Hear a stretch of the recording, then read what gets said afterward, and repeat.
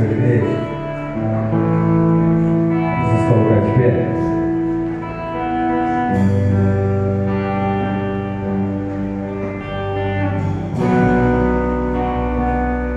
Mais uma noite especial. Uma noite especial porque, dentre tantos lugares onde poderíamos estar, escolhemos o melhor lugar, que é a casa do Senhor. Vamos orar, clamando a presença do nosso Rei, do nosso Mestre. Não faz sentido nenhum nos reunirmos e não clamarmos a presença dEle. Quero te convidar a derramar o seu coração na presença do Senhor. Feche seus olhos nesse momento. Vamos orar. Senhor, nosso Deus, nosso Pai, em nome de Jesus, Senhor, que oramos e clamamos a Sua presença, Deus. Senhor, manifesta, Senhor, o Seu poder, a Sua glória, a Tua unção, Senhor. Possamos, Senhor, sair daqui, Senhor, fortalecidos pela Tua palavra. Possamos sair, Senhor,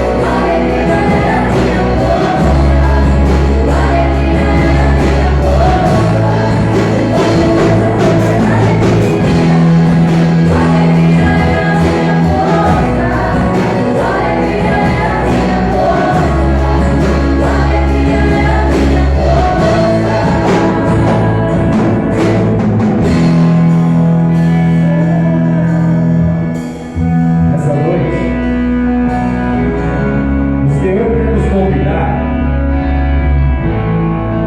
a sairmos,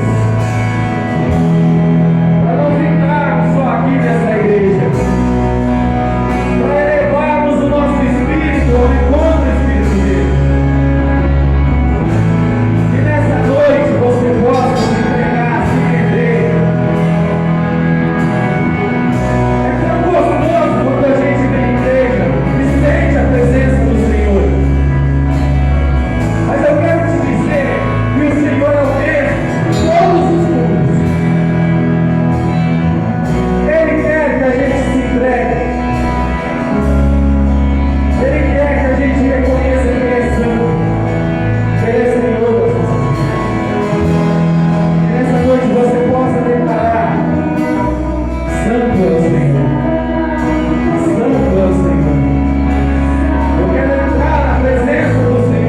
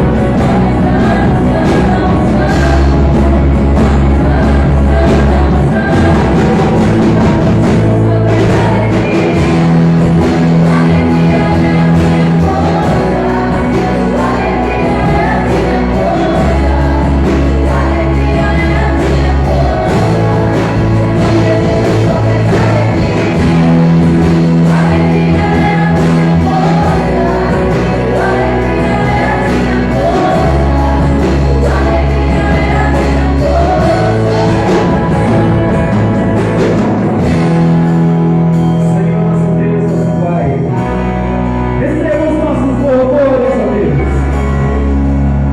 Senhor, som dos corações daqueles que estão queimando da tua presença. Senhor, aqueles que por algum motivo não conseguiram, Senhor, derramar o coração na sua presença, fala com eles, Senhor. Todos nós precisamos do Senhor. Nos ensina, nos capacita. A tua alegria, Senhor, é a nossa força. A tua alegria não há tristeza, não há dificuldade, não há nada que nos derruba. Senhor, manifesta o teu poder nessa noite. Que possamos, Senhor, sair daqui regocijados, alegres, felizes pelos teus cuidados, porque o Senhor é o teu zeloso. Recebe, Senhor, os nossos louvores. Recebe, Senhor, a nossa salva de palmas. Em nome de Jesus, Senhor, Tu és santo. Santo. Santo Tu és, ó Deus. Santo.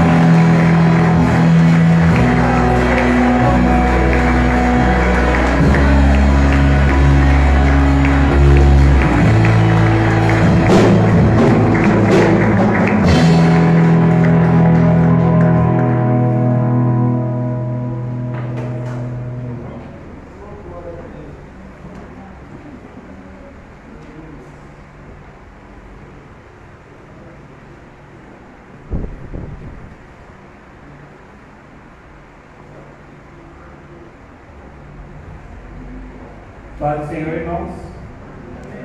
Bem, pegar a Bíblia que eu esqueci. Gostaria de pedir para os irmãos. Abri a Bíblia dos irmãos no livro de Hebreus.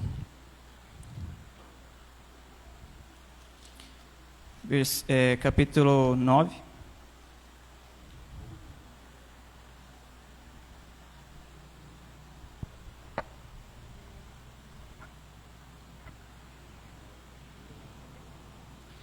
A partir do versículo 11.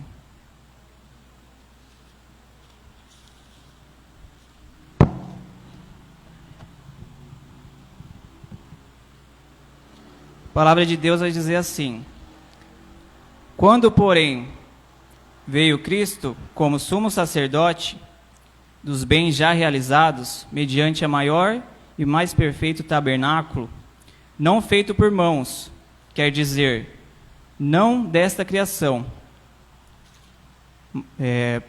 mas por meio de sangue, não por meio de sangue de bodes e de bezerros, mas pelo seu próprio sangue, entrou no Santo dos Santos,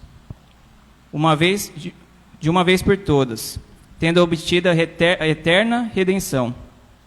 Portanto, se o sangue de bodes e de touros e a cinza de uma novilha aspergidos sobre os contaminados, os sangues santificam quanto à purificação da carne, muito mais o sangue de Cristo, que é pelo Espírito eterno, a si mesmo se ofereceu sem mácula a Deus, purificará a nossa descendência, a nossa consciência das obras mortas, para servirmos a um Deus vivo. Versículo 16, por gentileza. A palavra vai dizer assim: porque onde há testamento, é necessário que intervenha a morte do testador, pois um testamento só é confirmado no caso dos mortos, visto que, de maneira nenhuma, tem força a lei enquanto vive o testador. 22 agora, por gentileza. Com efeito, quase todas as coisas, segundo a lei, se purifica com sangue, e sem sangue derramado não há remissão. Agora que os irmãos pulam lá para o 28. A palavra vai dizer assim: assim também Cristo, tendo se oferecido uma vez para sempre, para tirar os pecados de muitos, aparecerá uma segunda vez, sem pecado, aos que o aguardam para a salvação. Amém, irmãos? Eu achei interessante trazer esse texto de Hebreus, rapidinho aqui para os irmãos, porque ele vai falar de coisas muito importantes. Inclusive, hoje que nós estamos na Santa Ceia, é interessante destacar isso. Então, no versículo 11 ao 14, a palavra vai fazer referência ao jeito que era feito antigamente os sacrifícios. O sacrifício era um momento onde o povo tomava para si um animal, sem manchas, um animal, sabe, todo certinho ali, e levava para sacrificar. Qual era o intuito disso? Simbolicamente havia uma passagem dos pecados do povo para aquele animal, e aquele animal era morto, em simbolismo que o pecado daquele povo tinha morrido ali com o animal. E o texto vai tratar que, se esses animais que eram oferecidos traziam uma santificação a esse povo, traziam uma purificação dos seus pecados, quanto mais poderoso é o sangue de Jesus para nos redimir. Amém? O seu sangue, ele nos redime, e não é uma redenção progressiva, mas sim definitiva, única e decisiva. No versículo 16 e 17, a palavra vai falar da importância da obra de Deus através do sacrifício de Jesus. Vai falar que sem a morte não haveria herança. Eu queria que você abrisse, Cailane, por gentileza, João 1, versículo 12. Amém? Vamos ler juntos? João 1, versículo 12. A palavra vai dizer: mas todos aqueles quantos o receberam, deu-lhes o direito de serem feitos filhos de Deus, aos que creem no seu nome.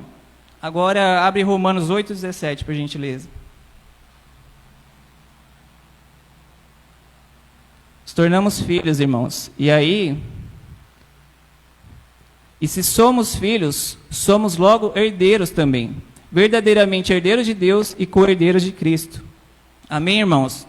Por isso Cristo morreu, para que nós tivéssemos uma herança. Hoje nós somos filhos, hoje nós temos uma herança em Deus e somos co-herdeiros em Cristo. Amém?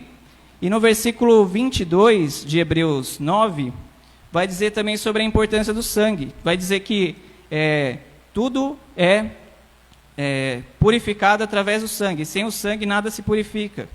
E hoje nós participaremos da ceia. Que dia mais importante para a gente lembrar desse sangue, da importância desse sangue, do poder que esse sangue nos traz. Esse sangue que nos livra, né? Como diz até no louvor, um sangue que nos lava dos pecados, que nos traz restauração, que nos traz vida.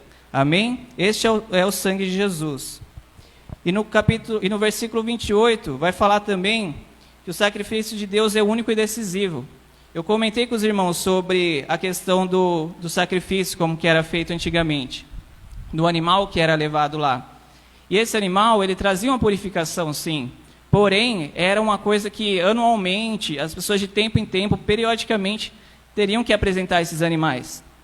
Só que Cristo vem como o único e decisivo sacrifício. Amém? Ele morreu, mas ele ressuscitou e vive pelos séculos dos séculos, para sempre, para toda a eternidade. Ele subiu no céu, mas como o texto aqui nos faz menção, ele voltará para buscar aqueles que esperam para a salvação. Amém? Então era isso que eu queria compartilhar com os irmãos. Quero estar chamando o Douglas para tirar os dízimos e as ofertas.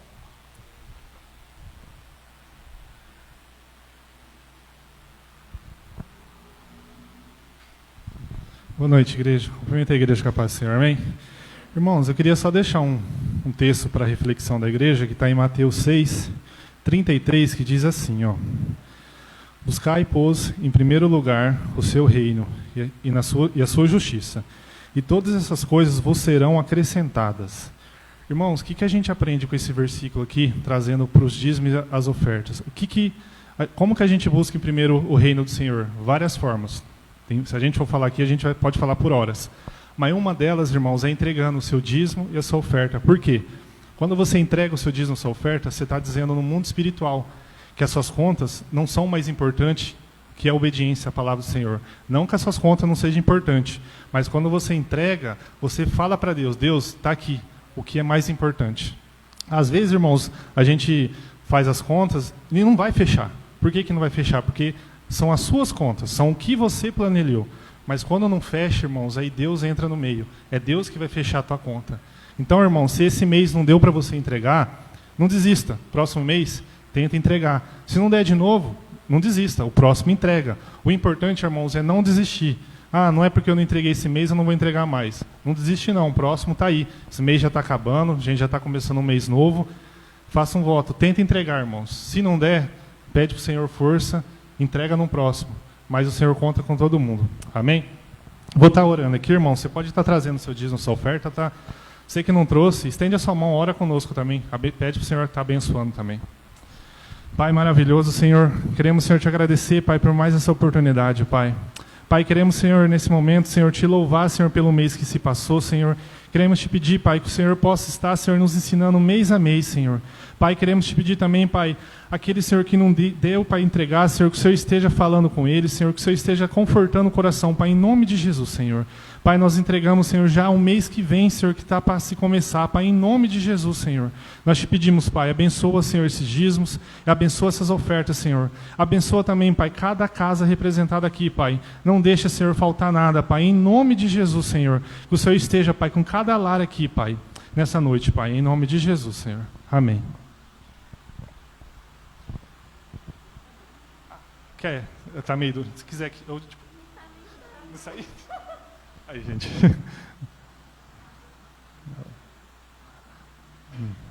Aí. Deu um congestionamentinho aqui, mas faz parte. Quer deixar comigo, irmãos? Aí eu tenho a chavinha ali, depois eu abro e eu coloco, tá? Sem problema.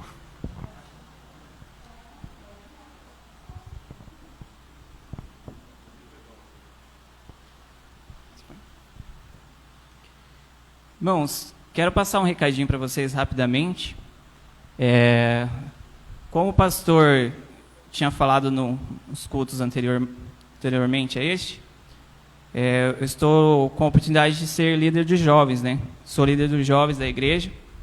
E pensando nisso, nessa missão que Deus deu, eu elaborei projetos que passei para o pastor, obtive a sua aprovação. E hoje eu gostaria de estar falando com os jovens e com a igreja também. Amém? Então está aqui o meu projeto, eu gostaria de passar, pode passar. Aqui, irmãos, eu comecei com uma foto, essa foto é de 2015. Essa foto é a igreja onde eu me converti. Note o tanto de jovens que tinha lá. Se os irmãos parar para contar, eu sei que a imagem está meio ruim, mas tem 36 jovens. E não estavam todos nesse dia que a gente tirou a foto. Então, assim, eu já vi e já fiz parte de muitos grupos de jovens. E eu creio que a nossa igreja vai ter tantos jovens, se não mais, em nome de Jesus, amém? Pode passar. Essa é a célula dos jovens, né, que tem o nome Ruiós, que significa filhos maduros.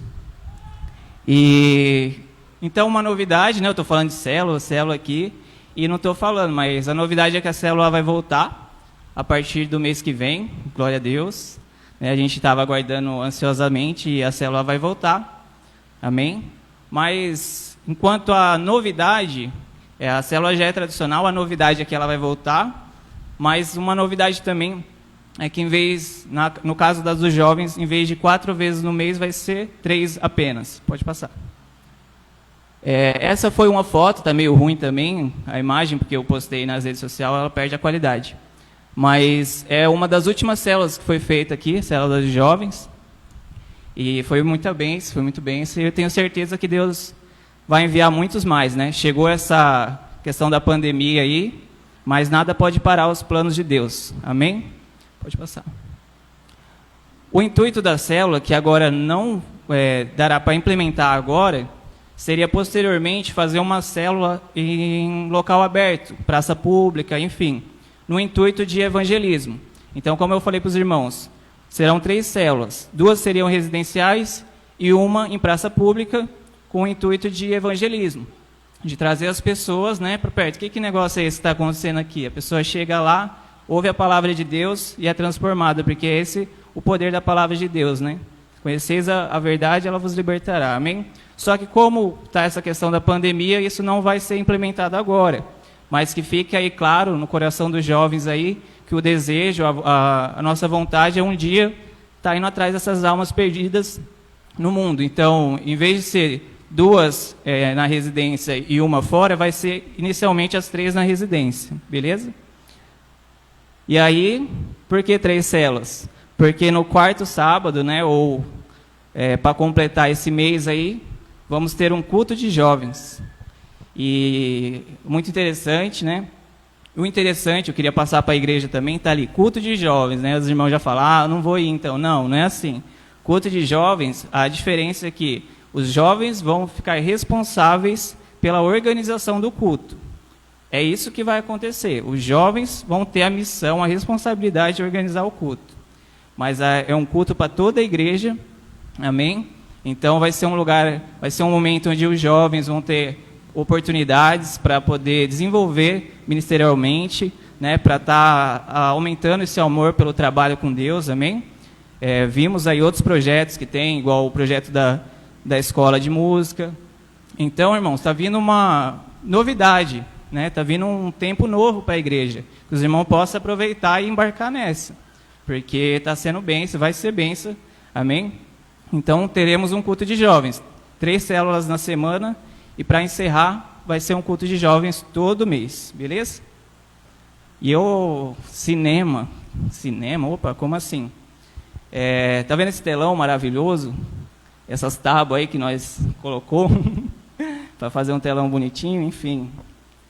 Será apresentado aqui na igreja, mensalmente também, um filme cristão, um filme que traz uma mensagem interessante, e novamente, será na organização dos jovens, mas é para toda a igreja. Então, deixa Deus te usar, no sentido assim, cara, é um dia que vai ter uma apresentação de um filme, que vai trazer uma mensagem bacana. Usa esse dia para você, talvez, convidar alguém de fora para estar vindo aqui. Às vezes, a pessoa mais resistente para estar vindo num culto, chama a pessoa para assistir um filme. Venha você também, às vezes tem um filme bacana, que vai falar muito com você. Traga a sua família, né? Use esse tempo para você buscar também trazer pessoas para Deus, amém? Então vai ter esse momento bacana, vai ter pipoca, vai ter um lanche, vai ser um momento bem legal de descontração, de união da igreja, amém? E aí, com os jovens, né, isso é bem comum de acontecer, vai ter momentos que nem sempre a gente vai estar aqui na igreja ou na célula, mas a gente vai se reunir para fazer atividades. Por exemplo, aqui na nossa igreja tem o futebol. Aí os homens vão lá bastante no futebol.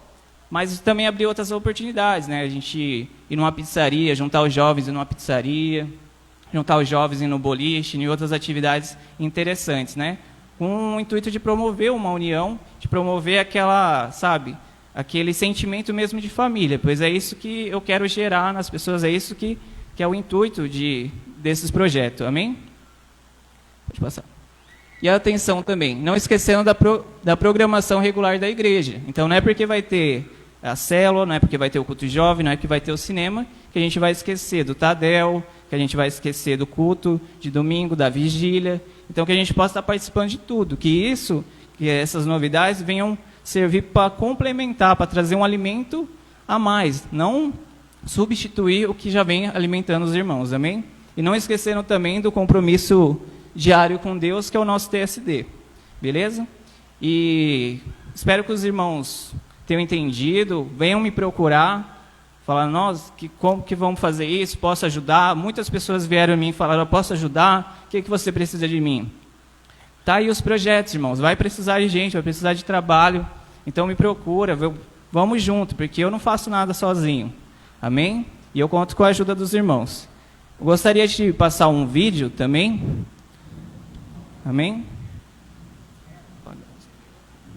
Volta e eu me...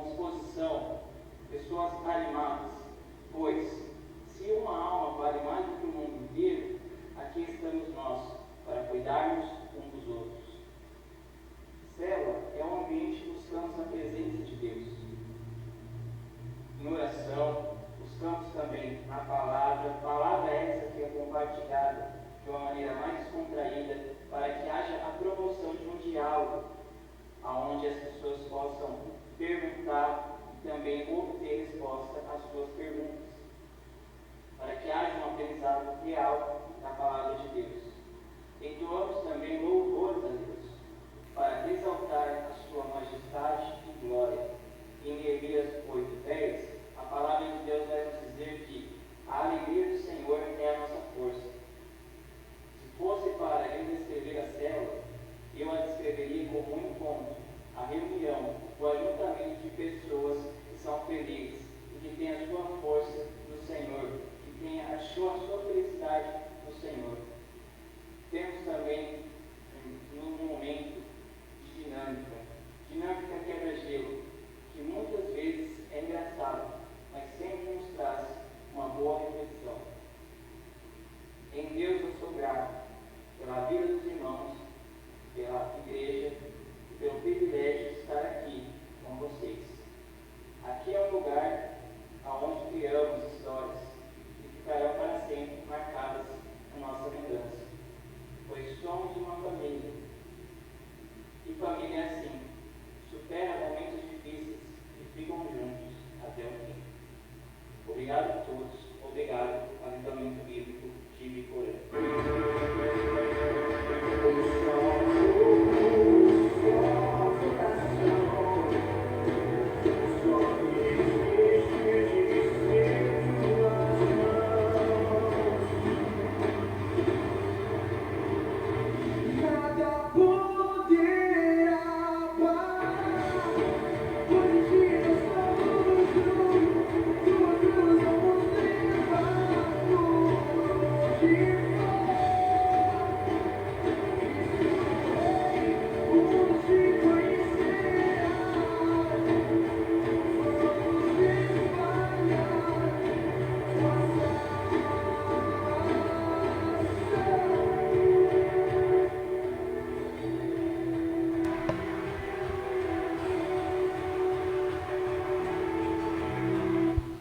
Amém, irmãos? Eu queria fazer uma homenagem para a célula, eu joguei foto do futebol, mas vocês entenderam, né? É a união, né? Os projetos que a gente tem. Você vê ali que nós somos pessoas felizes, graças a Deus, que empolgadas aí com o reino de Deus, com a presença dele nas nossas vidas, e é isso que a gente quer levar para o próximo também. Então, esses foram os recados. Eu gostaria de estar chamando o pastor, vai estar entregando uma palavra abençoada da parte de Deus para a gente, amém? E mesmo assentados, eu gostaria que os irmãos estendessem as suas mãos para estar orando pela vida do pastor, amém? Senhor meu Deus, querido e amado Pai, Senhor, aqui está o teu servo, Senhor, aquele que te busca, Senhor, e aquele que te encontra, Pai. Meu Deus, eu sei que o Senhor tem falado com ele, Senhor, no seu coração, Pai, entregando a mensagem, dando discernimento, Senhor, dando entendimento da tua palavra, Senhor. Então ministra, Senhor, sobre a vida dele, Senhor, mais e mais unção, Senhor, derrama sobre ele, renova a unção que está sobre ele, Senhor. Meu Deus, que a palavra que sai da boca dele, Senhor, venha direto do teu trono, Senhor, de encontro, Senhor, aos nossos corações, Pai. Eu creio, Senhor. Abençoado seja, Senhor, a vida do pastor, Senhor. Toma ele nas tuas mãos, Senhor, em nome de Jesus, Senhor. Amém.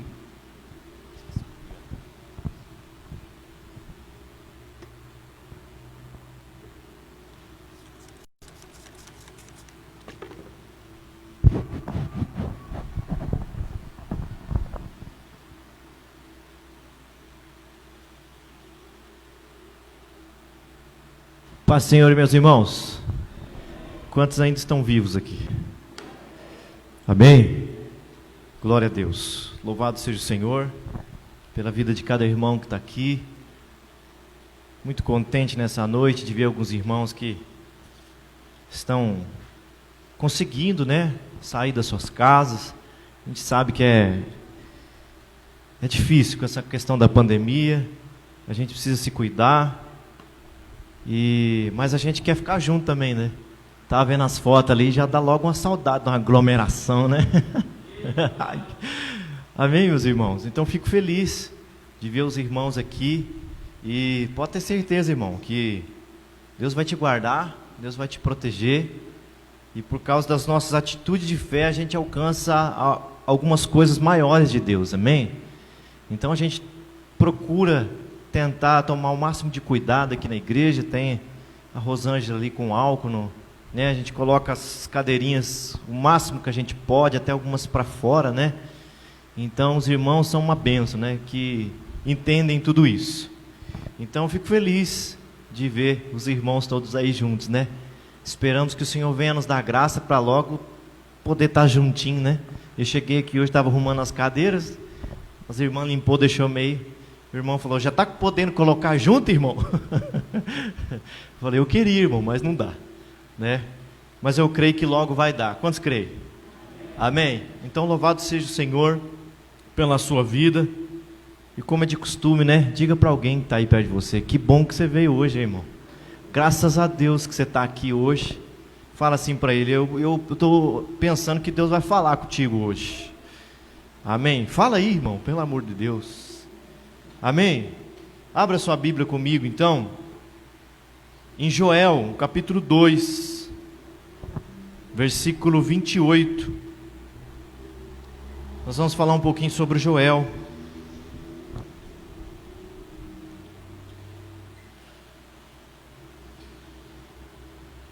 Louvado seja Deus, que tem levantado esses projetos, né? Não só o do Léo aqui, que apresentou, mas a escola de música que está assim, surpreendendo. A questão das crianças já começou hoje também, né? Então assim, Deus está dando estratégia mesmo, irmão, para a gente se virar do jeito que pode no meio da pandemia, né? Então eu louvo ao Senhor que os irmãos assim têm recebido de Deus algo glorioso mesmo, que são esses projetos para a gente trabalhar aqui na presença de Deus no meio disso tudo. Amém, irmão? Quantos encontraram? Joel 2, 28 e 29, diz assim: E há de ser que depois derramarei o meu espírito sobre toda a carne. Os vossos filhos, vossas filhas profetizarão. Os vossos velhos terão sonhos. Os vossos jovens terão visões, e também sobre os servos e sobre as servas, naqueles dias, derramarei o meu espírito,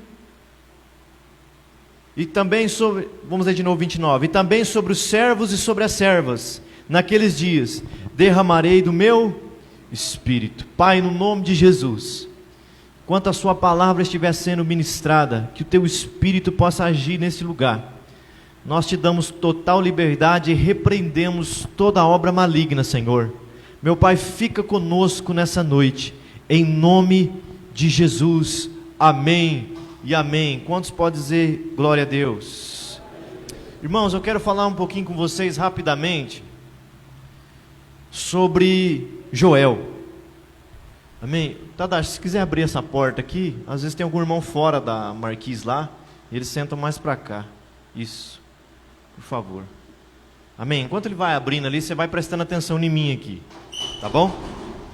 Irmãos, eu peguei alguns pontos aqui do livro de Joel, peguei pelo menos 4 pontos para a gente conversar do capítulo 1 e 2. O primeiro ponto vai falar do tratamento de Deus com seu povo. Amém, irmãos? Quantos estão aqui comigo? Deixa os irmãos se acomodar lá.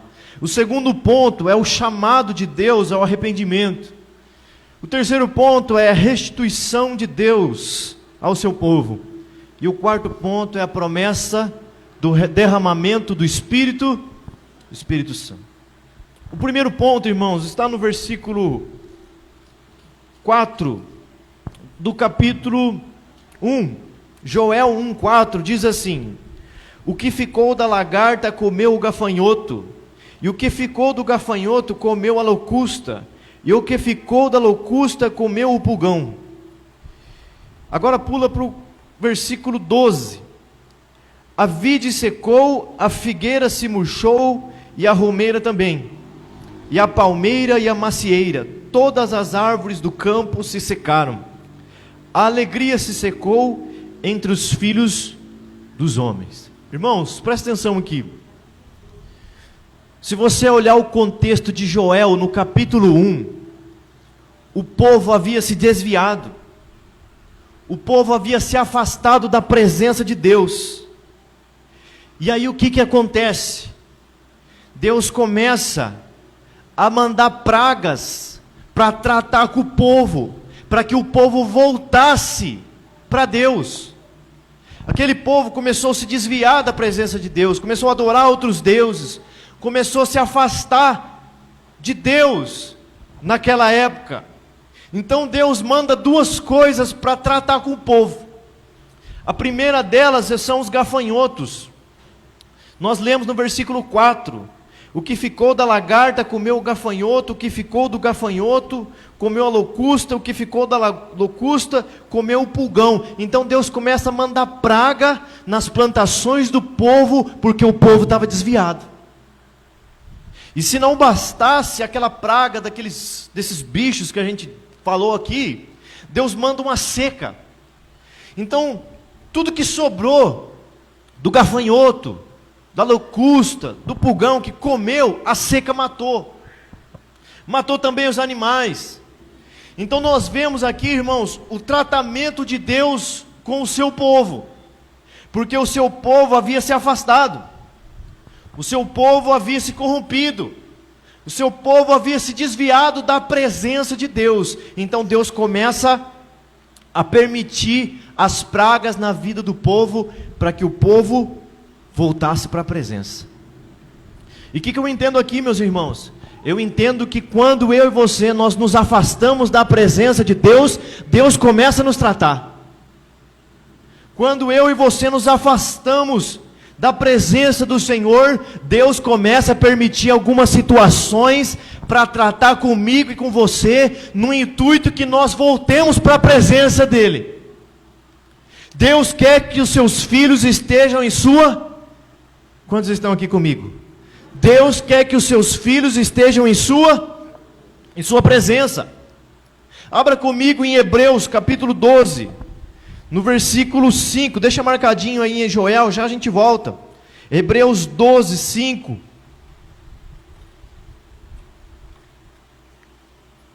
até o 8.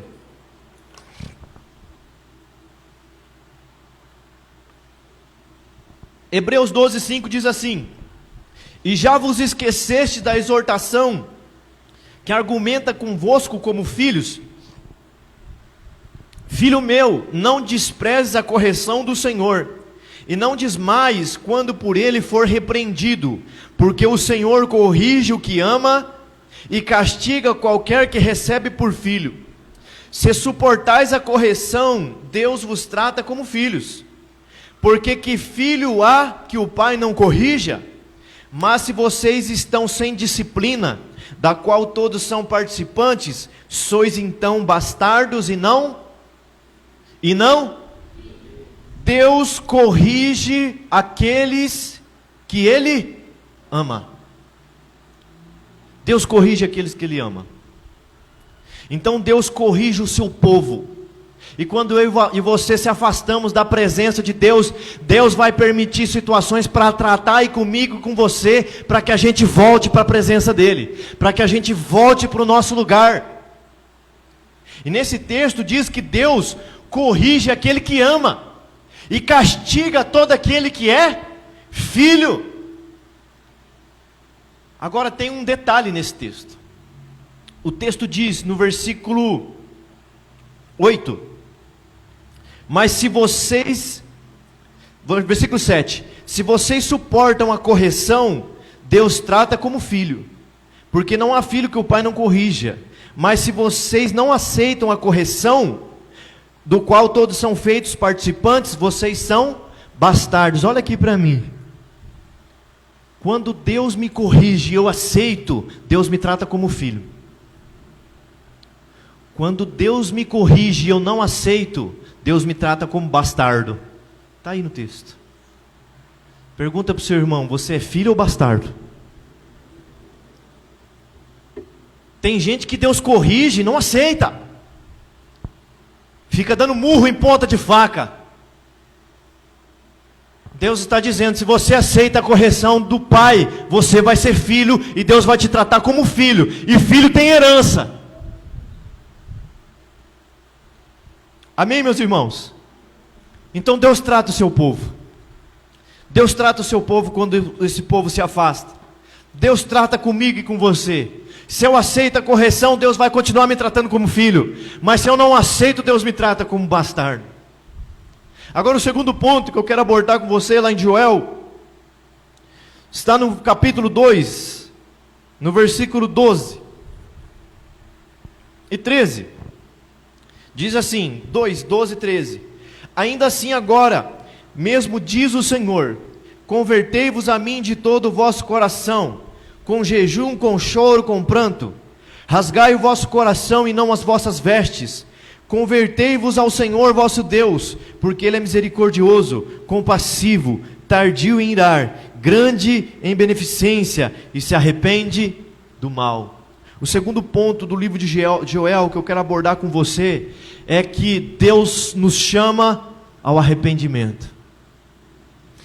Esse mesmo povo que havia se desviado, esse mesmo povo que havia se afastado da presença de Deus, agora no capítulo 2, Deus está dizendo: convertei-vos a mim de todo o vosso coração. E eu vejo aqui um chamado ao arrependimento àqueles que estão afastados da presença de Deus. Eu vejo aqui um chamado ao arrependimento daqueles que estão desviados da presença de Deus. Deus está chamando o povo a se arrepender, a voltar para a presença de Deus, a voltar para a presença do Pai. E como deveria ser essa conversão, irmãos? Versículo 12 diz: convertei-vos a mim de todo o vosso coração, isso com jejum, com choro e com tristeza pelo pecado. Deus está dizendo: eu quero que vocês se convertam a mim. Eu quero que vocês se voltem para a minha presença. A minha vontade é que vocês estejam perto de mim. A minha vontade é que vocês estejam em minha presença. Eu quero que vocês se convertam a mim de todo o coração. Mas como? Com jejum, com choro, com arrependimento, com lágrima, com uma conversão verdadeira. Meus irmãos, vocês conhecem a passagem de João Batista. João Batista estava batizando ali no Rio Jordão, mas os fariseus começaram ali naquele lugar para se batizar também. João Batista olha para eles e diz: raça de víboras, quem ensinou vocês a fugir da ira vindoura? Produzir, pois, frutos dignos de arrependimento. Quantos estão aqui comigo? João Batista está dizendo assim: não adianta você ir na igreja no domingo à noite, somente isso. Não adianta você se arrepender por fora. Você precisa produzir fruto. A sua maneira de andar precisa condizer com aquilo que você está declarando. Não adianta só você batizar e continuar numa vida de pecado. Você tem que batizar e ter uma vida que mostra os frutos, que você se arrependeu, que você mudou de vida. A mudança não pode ser por fora, tem que ser por dentro. Não adianta só vir no culto, levantar a mão e falar glória a Deus. Amanhã de manhã, na segunda-feira de manhã, o meu jeito de falar tem que ser diferente.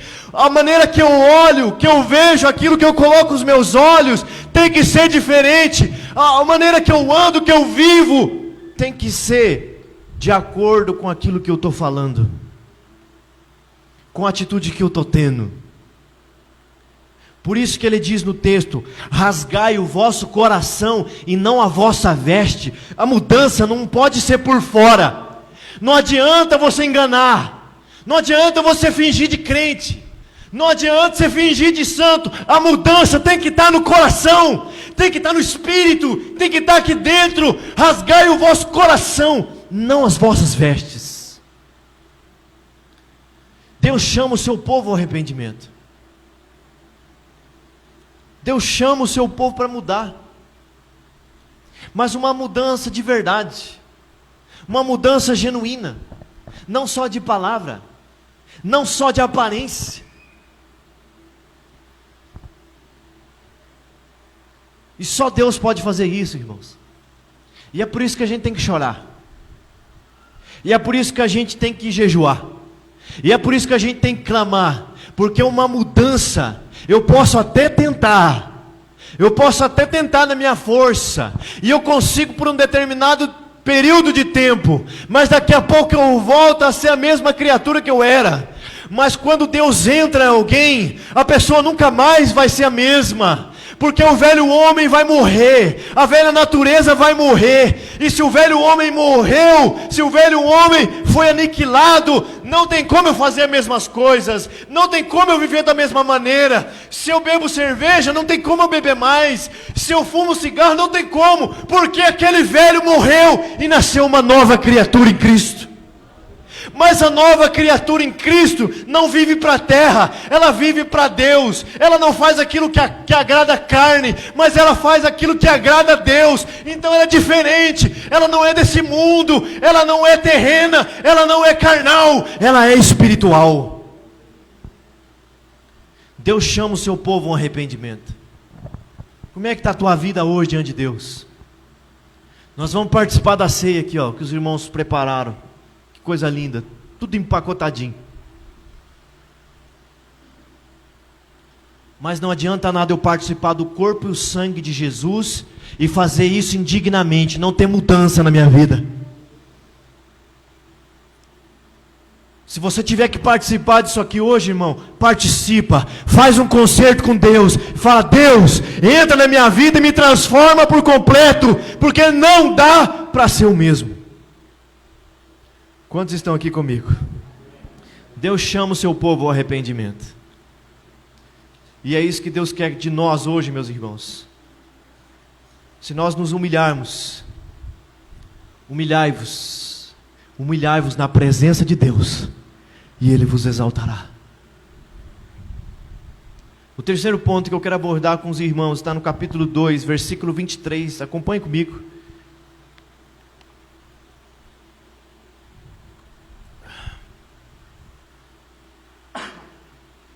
2:23. e o 23 em diante.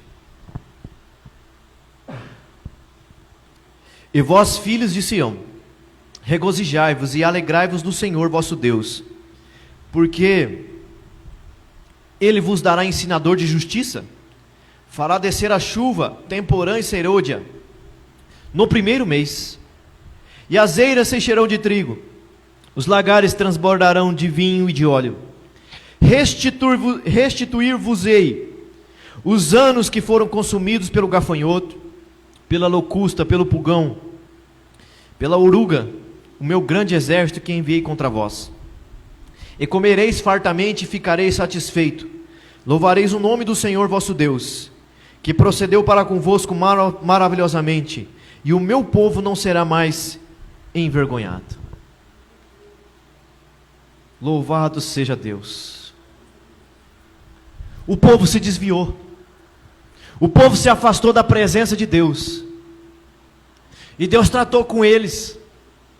Deus mandou o gafanhoto, o pulgão, a oruga, comeu suas plantações, mandou seca. O povo perdeu muita coisa. E a gente perde mesmo quando a gente se afasta da presença de Deus.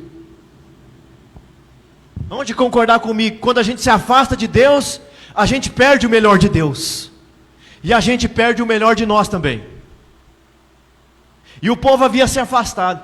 E Deus tratou com o povo. E Deus falou: se vocês se converterem a mim, se vocês me buscarem de todo o vosso coração, se vocês rasgarem o vosso coração e não as vossas vestes na minha presença, eu vou restituir os anos que foram consumidos pelo gafanhoto. Eu vou restituir tudo que vocês perderam quando vocês estavam desviados. Eu vou restituir. Vocês se lembram de Jó? Quando Deus o tratou, quando Deus o provou, foi perdendo. Perdeu os camelos, perdeu o dinheiro, perdeu os filhos, perdeu a saúde. Foi só perdendo, foi só perdendo. Mas se você ler o capítulo 42 de Jó, Jó vai falar assim: eu conheci o Senhor só de ouvir, mas hoje eu contemplo com os meus olhos. Nu eu vim do ventre da minha mãe, e nu eu vou voltar para lá. O Senhor deu, o Senhor tomou. Tudo que eu tinha era de Deus. Louvado seja o nome do Senhor. No dia que Jó reconheceu que tudo na vida dele era de Deus, Deus falou assim: Jó, acabou a provação, toma tudo de volta, o que você perdeu na sua provação, o que você foi retirado de você nos dias da sua provação. E diz a Bíblia que Deus deu tudo em dobro, o dobro de filhos, o dobro de camelos, o dobro de dinheiro, o dobro de tudo. Deus restituiu tudo que ele tinha perdido nos anos de provação. Mata esse grilo aí, irmão, pelo amor de Deus. É? Glória a Deus. Se ele vir para cá, irmão. Ah, Jesus. Tá falando de gafanhoto aí, tá vindo os grilos. Tá repreendido em nome de Jesus. Amém, irmão? E é isso que Deus faz conosco, meus irmãos. Deus nos trata muitas vezes com o intuito de nós fazermos voltar. E quando a gente está desviado, a gente começa a perder. A gente começa a perder o melhor de Deus, perder aquilo que é nosso, vai só perdendo. Mas no dia que a gente chega numa atitude de rasgar o nosso coração diante de Deus e dizer: Deus, hoje eu estou voltando, hoje eu estou mudando, hoje eu estou voltando para casa, hoje as coisas vão ser do seu jeito, não vão ser mais do meu jeito. Então Deus olha do céu sobre a sua vida e começa a liberar as bênçãos que você perdeu. Começam a liberar as bênçãos que estavam atrasadas, que você ia receber, se você tivesse ficado firme na presença de Deus. Mas Deus não é homem para mentir, nem filho do homem para se arrepender. Aquilo que Ele promete, Ele vai cumprir. Você se afastou, não tem problema, o GPS vai recalcular a rota, e no dia que você estiver na rota de novo, Deus começa a abrir a janela e derramar tudo que estava encascado lá no céu sobre a sua vida.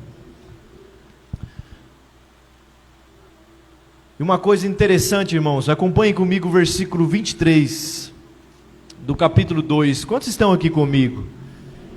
Você está entendendo essa palavra, irmão? Olha comigo o versículo 23. E vós, filhos de Sião, regozijai-vos, alegrai-vos no Senhor vosso Deus, porque Ele vos dará ensinador de justiça, e fará descer sobre vós a chuva temporã e serôdia no primeiro mês. Olha aqui para mim, irmãos. Isso aqui é demais. O povo se afastou, se desviou, Deus cerrou o céu sobre eles, não havia bênção sobre a terra, tinha seca, tinha praga. Deus trata o povo, vai perdendo, só vai perdendo. Mas aqui nessa promessa de restituição, Deus começa a dizer assim: eu farei descer sobre vocês a chuva, serôdia e temporã, e isso no primeiro mês. Sabe o que Deus está dizendo aqui, irmão? Quando o povo se voltasse para Ele, de todo o coração, Deus ia mandar uma chuva, serôdia e temporã. Sabe o que é chuva, serôdia e temporã? A chuva fora de tempo. O mês lá do ano ia chover. Deus falou assim: não, Senhor, é eu que mando chuva sobre a terra. Se vocês se voltarem para mim, é no primeiro mês que eu vou mandar a chuva, serôdia e temporã. É no primeiro mês que eu restituo tudo que vocês perderam. Não é um ano, não é 10 anos, não. É no primeiro mês, no dia que vocês se arrependerem e se voltarem para mim. No primeiro mês eu abro a janela do céu sobre a sua vida, sobre a vida de vocês, e restituo tudo que vocês perderam.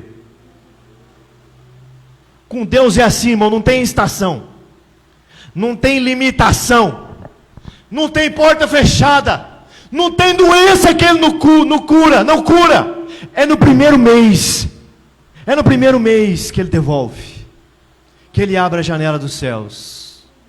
Essa é a promessa que Deus estava fazendo para o povo, e um povo que estava desviado, e um povo que estava afastado da presença de Deus.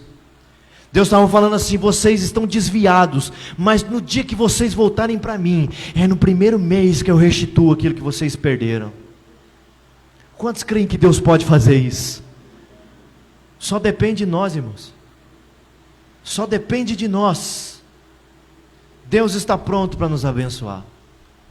E o último ponto que eu quero abordar com os irmãos está no versículo que nós lemos, 2, 28 e 29, que é a promessa do derramamento do Espírito Santo.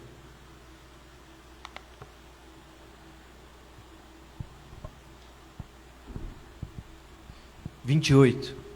E há de ser que depois derramarei do meu Espírito sobre toda a carne. Vossos filhos e vossas filhas profetizarão. Vossos filhos terão sonhos, vossos jovens terão visões. E também sobre os servos e sobre as servas, naqueles dias, derramarei do meu Espírito. Sabe para quem que era essa promessa aqui, irmão? Para o povo que estava desviado, para o povo que estava afastado, Marinês. Para você ver o tanto que Deus ama o seu povo. Essa promessa aqui era para o povo de Deus que havia se desviado. E Deus estava dizendo: se vocês se voltarem para mim, se converterem de todo o coração, eu vou derramar o meu Espírito sobre vocês. Essa promessa aqui é para o povo de Deus, é para o seu povo. Deus está dizendo para o seu povo. Quantos são povo de Deus aqui? Quantos são filhos de Deus aqui? Essa promessa é para os filhos, que Deus derramaria do Espírito dele sobre toda a carne. E olha comigo no versículo 28, diz assim: e há de ser que derramarei do meu Espírito sobre toda a carne, sobre todos, sobre os vossos filhos e vossas filhas. Vossos filhos e filhas profetizarão, e vossos velhos terão sonhos, e vossos jovens terão visões. Sobre quem é essa promessa? Sobre os jovens. Quantos são jovens aqui? Quantos são jovens? Os jovens iriam profetizar. Deixa Deus te usar, jovem. Essa promessa é para vocês. É para vocês profetizarem. É para vocês anunciarem a palavra de Deus. É para vocês deixarem Deus usar a sua boca. Não usa a sua boca para desagradar a Deus. Não usa a sua boca para falar coisas sujas. Mas usa a sua boca para receber do Espírito e profetizar as obras de Deus. É sobre os velhos. Vossos velhos terão sonhos. E sabe com quem? Da maneira que Deus falava no Velho Testamento, com quem dava sonhos no Velho Testamento, Deus se comunicava com sonhos no Velho Testamento, com os profetas, com aqueles que já caminharam na fé, com aqueles que entendem da palavra. Os sonhos é um reino espiritual que Deus mostra, a maneira que Deus revela o mundo espiritual. Deus quer usar os velhos para entender o mundo espiritual e para anunciar para os jovens, para anunciar para a igreja. Velhos, Deus quer usar você com sonhos, com profecias, revelar para você o mundo espiritual, para que você declare para a igreja, para que você declare para os outros. É isso que Deus vai fazer. E Deus fala assim, que até sobre os escravos Deus ia derramar o Espírito dele.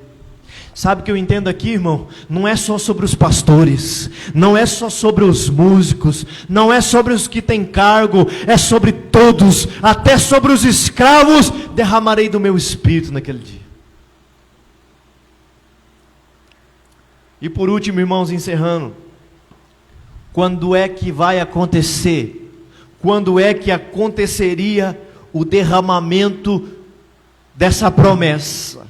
O apóstolo Pedro nos fala em Atos 2, versículo 14.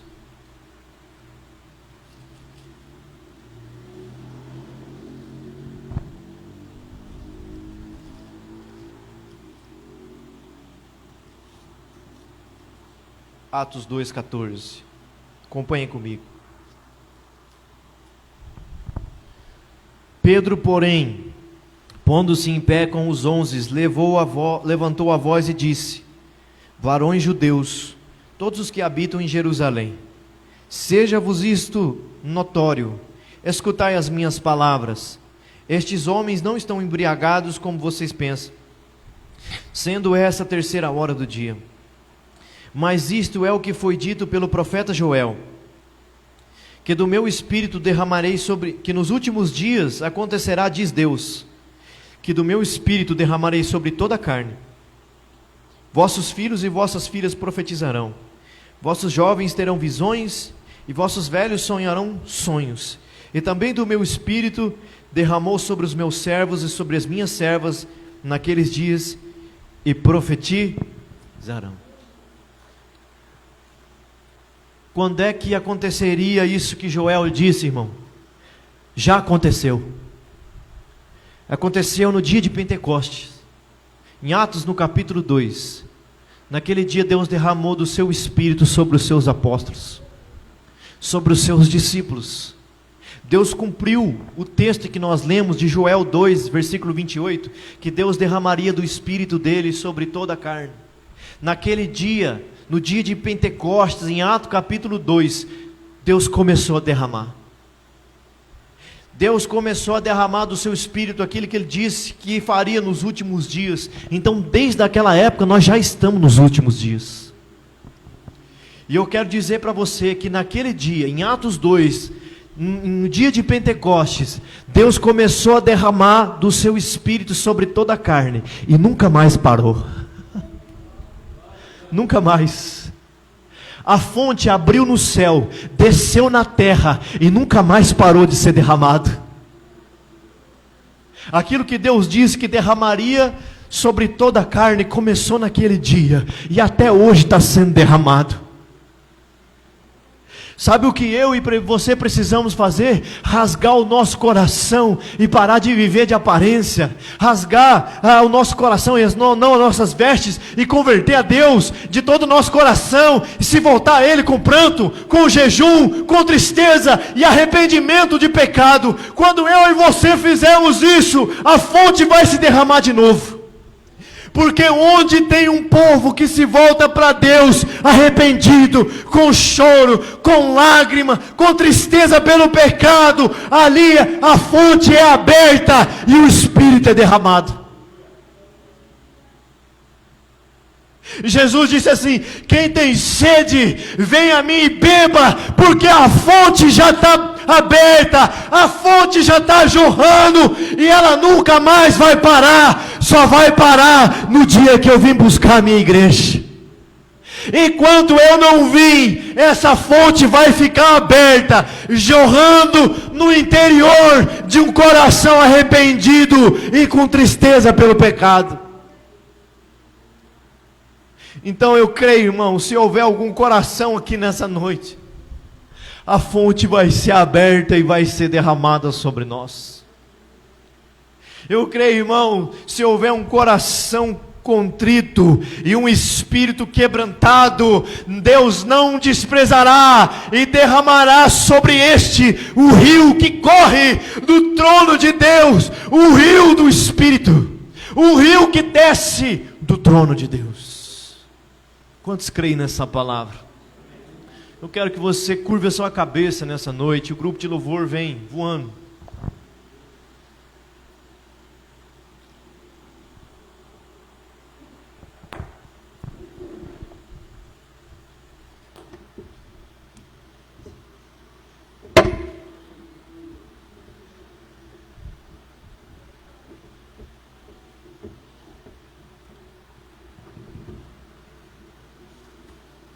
Nós temos cadeiras aqui dentro, se você quiser vir, pode vir, senão pode ficar aí fora mesmo, não tem problema.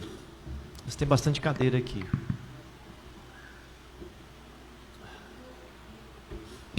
Eu creio que Deus tem algo para nós aqui, meus irmãos. Eu queria que você, com os seus olhos fechados, com o seu coração aberto, você poderia receber isso de Deus nessa noite.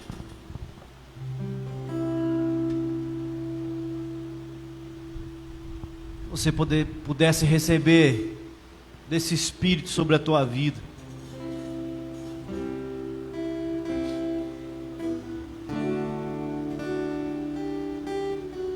Deus disciplina aquele que tem por filho.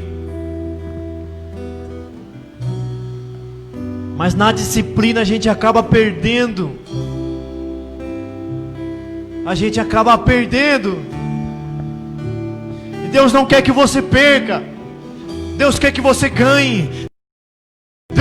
Deus quer que você avance.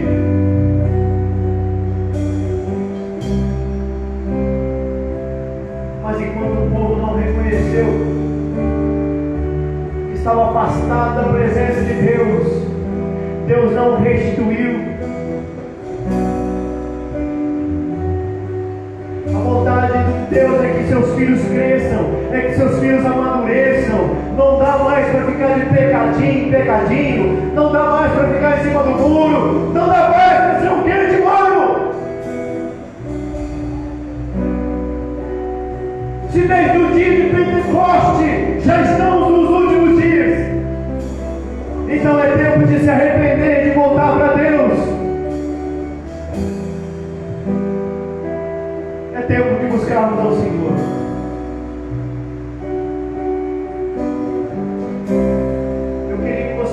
Coração aberto, enquanto adoramos, você pudesse se derramar na presença de Deus. Não sei o que Deus fez de você nessa noite, mas eu sei que Deus te trouxe aqui com um propósito.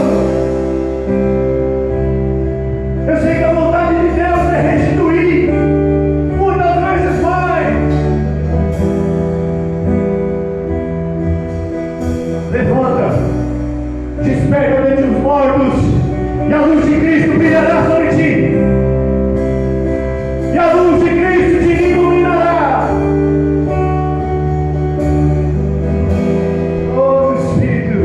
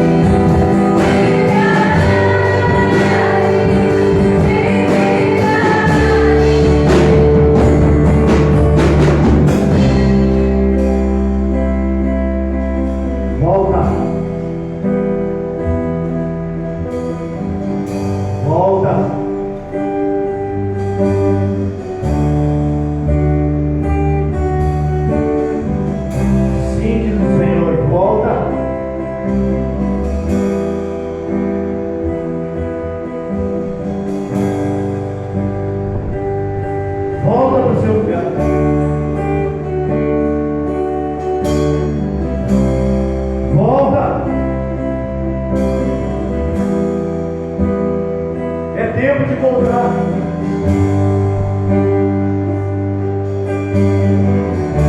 Tornei para mim, e eu tornarei para vós, diz o Senhor. Farei mudar a vossa sorte, farei mudar o vosso tempo,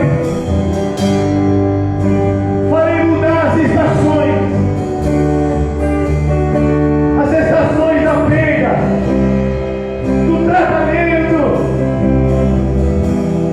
farei mudar e restituir-vos-ei aquilo que foi consumido, aquilo que foi perdido. Volta, filha! Volta, filho! Convertei-vos a mim de todo o vosso coração. Rasgai as vosso coração e não as vossas vestes. Volta!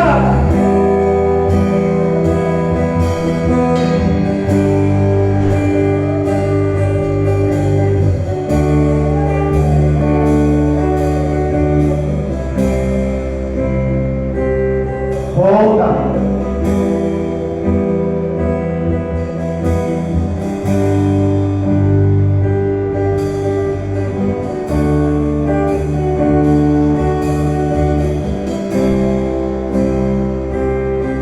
Eu conheço os seus caminhos.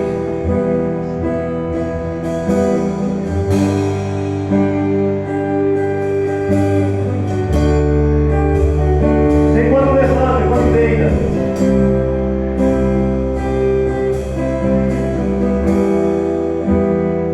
Quando sai, quando entra.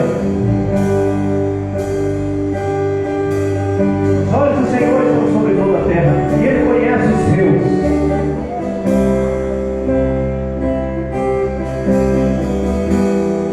Se pelo menos o povo que desviou, que se afastou, que perdeu, Deus prometeu derramar o seu Espírito, quanto mais para os seus filhos.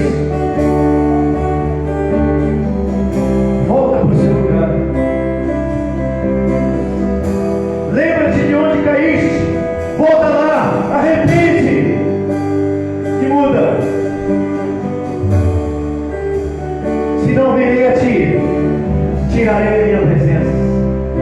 Apocalipse capítulo 3, igreja de Éfeso.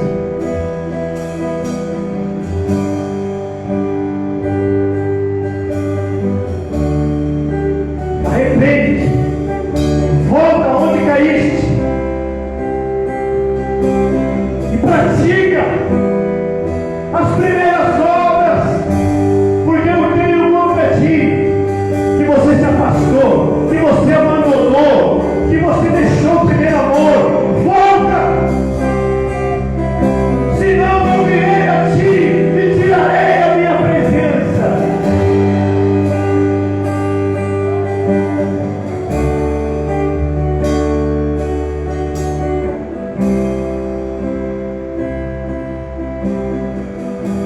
Eu recebi do Senhor e também vos ensinei. O Senhor Jesus, na noite que foi traído, tomou um pão, tendo dado graça a partir disso, tomai e comei. Isto é o meu pão repartido por vós. Fazer isto em memória de mim. Semelhantemente também, depois de cear, tomou o cálice, dizendo: este é o cálice. Este cálice é o Novo Testamento do meu sangue. Fazei isso todas as vezes que beberes em memória de mim. Porque todas as vezes que comeres este pão e beberes esse cálice, anunciarei a morte do Senhor até que Ele venha. Porque qualquer que comer este pão e beber o cálice do Senhor indignamente está culpado do corpo e do sangue